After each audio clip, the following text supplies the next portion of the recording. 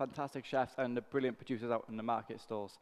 So, like Colin said, I'm doing the Surf, Turf and Earth Burger Challenge.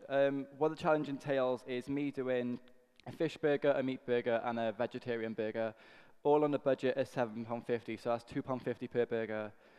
It was a challenge, but I managed to come up with 30p change, so we're going to do it in different ways. It says Surf, Turf and Earth, but I'm going to do the Earth burger first, because I'll do from Earth, then Turf, then Surf.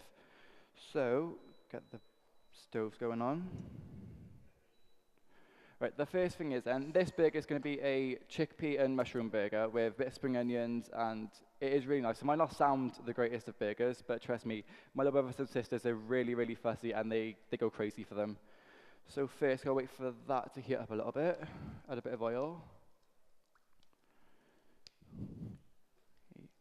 And then just chuck in the mushrooms and the spring onions. And then that should cook for about 5 minutes, and then add a bit of lemon juice, and then cook that for another 2 minutes. If you have any questions like along the way, just don't feel free to shout out. I'll answer anything as well as I can. But yeah, trainee chef, only 17, so don't shoot me down if they're not great answers.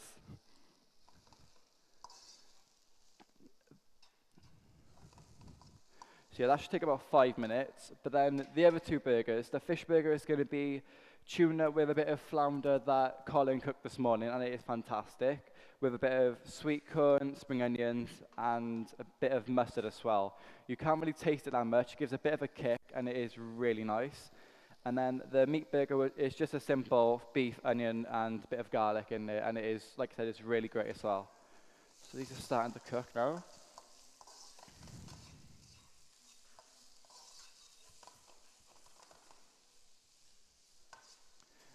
Yeah, so the aim of this is basically just to show you all that cooking at home can be really cheap, really easy. Hopefully I can get all these done within 30 minutes, 45 of the max. But it is really nice, and if you've got like sons, daughters, brothers or sisters, anyone that's like really, really fussy, this will convince them to eat healthier foods, fresher foods, and it is really nice. And it might not sound appealing to them, but when they start eating it, it'll all change.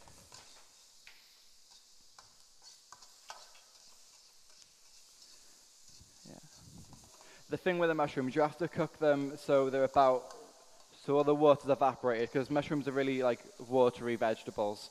So when you cook, you have a lot of water to come out, but it will evaporate eventually.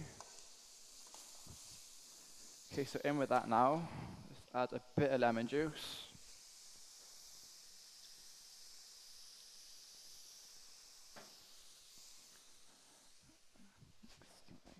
And a bit of coriander, just to give it a bit of a kick. Then mix that all up. So another roughly about 2 more minutes. The binding agents in this recipe is just going to be the chickpeas and the breadcrumbs, and then I'm going to add a little bit of garlic pepper as well. It does give a bit of a punch, but use it in small doses, and it is really great.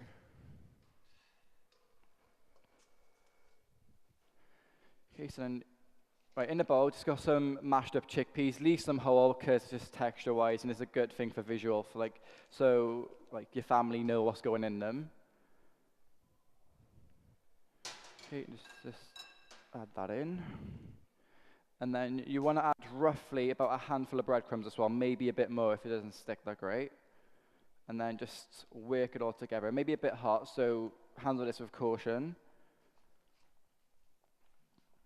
And then add a bit more breadcrumbs until you get a consistency that'll be enough to form a burger.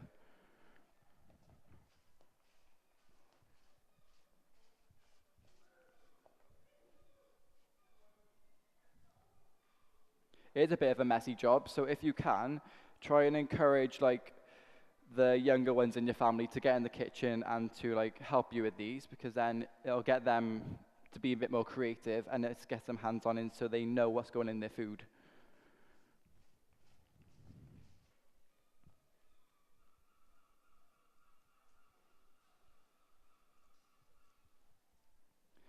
Okay, so get that pan back on the heat.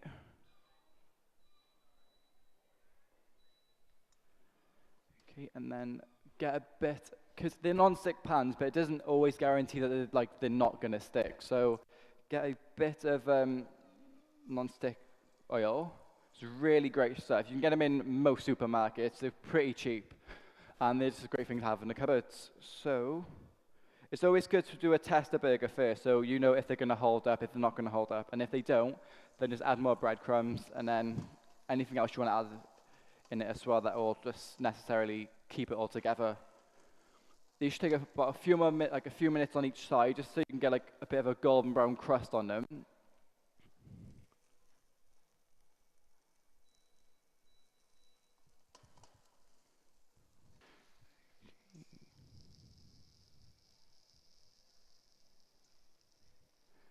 Okay, so get another pan on, so we can start the meat burger.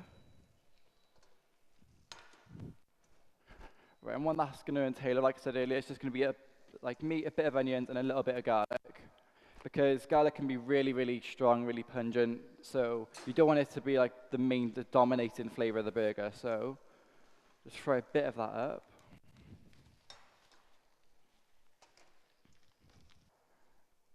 Right, so in a minute you'll be able to try these burgers, and in about 5 you should hopefully be able to try these ones. Hope they should stay together, these ones. Oh, brilliant.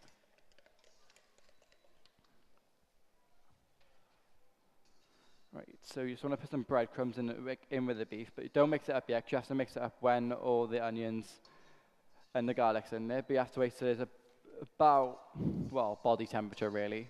Otherwise it'll start to cook everything, and then it'll just become really dry when it actually comes to cooking it.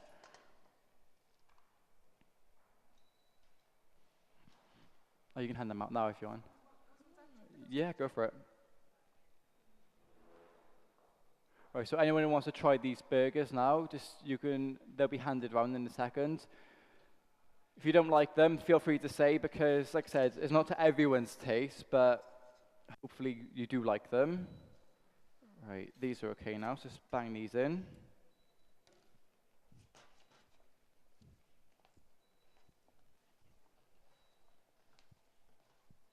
Then add the egg, because with me, I'm all about getting my hands into cooking, because, well, if you don't get messy, then you're not doing it right. Well, that's something I've always been brought up to do with anyway, because when I was in high school doing BTEC catering, my teacher, she was like, because at the first few months of doing like practical sessions in the kitchen, she was like, oh, Lloyd, you always come out with the whitest whites, and then everyone else come in with like chocolate down them and bacon, things like that. So it's always good to have a bit of evidence on you to show you've actually been doing the food, not just like buying it from like a shop and just shoving it in the oven.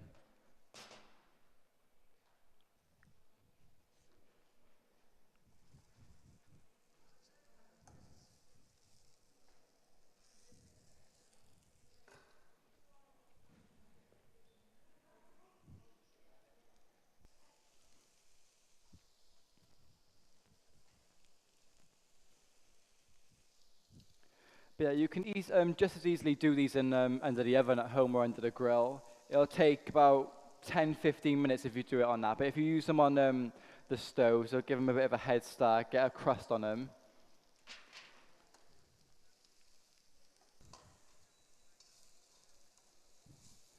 So yeah, while these are cooking, right, quickly wash my hands again, and then we'll start the final burger, which is, well, according to my brothers and sisters, the best of the 3 of them. It's sort of a take of the old childhood sandwich filler doing tuna and sweet corn. Because when I grew up, I used to go to school, and my parents would give me tuna and sweet corn sandwiches, and that's what kind of made me want to use tuna and sweet corn as a base for a burger. So what we're just going to do is it's just normal tin tuna, drained, flaked, and then to add a bit of a fresher kick to it, is some of the flounder that Colin cooked this morning. It's really good flavor, really good fish. And if you have it, why not use it? Just give you a quick turn.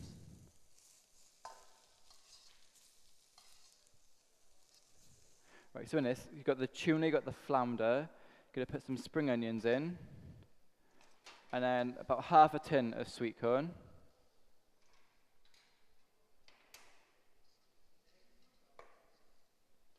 And then what I'd like to do, because it's a burger, and on every burger you have cheese, just put a bit of cheese in it, about a handful.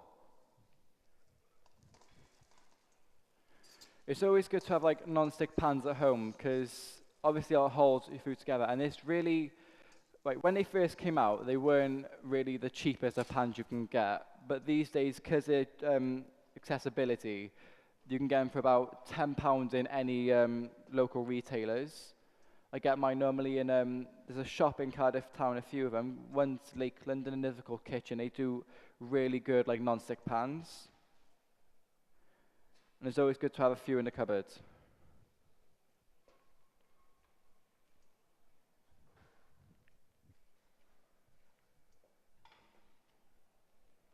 So hopefully today, me being the budding young chef that I am, I do talk a lot of nonsense sometimes. I do apologize for that, but hopefully you've got some tips. You have the inspiration to go home now on a household budget, because if I can do all these burgers with a budget of £7.50 and get a 30p change from that, I'm pretty sure you can too. And my motto is like anyone can cook, you just have to have the determination to do it. So good luck trying these at home if you do try them. If you don't, I won't be too offended, but I just hope you find these like nice enough to try. Thank you. Thank you very much indeed.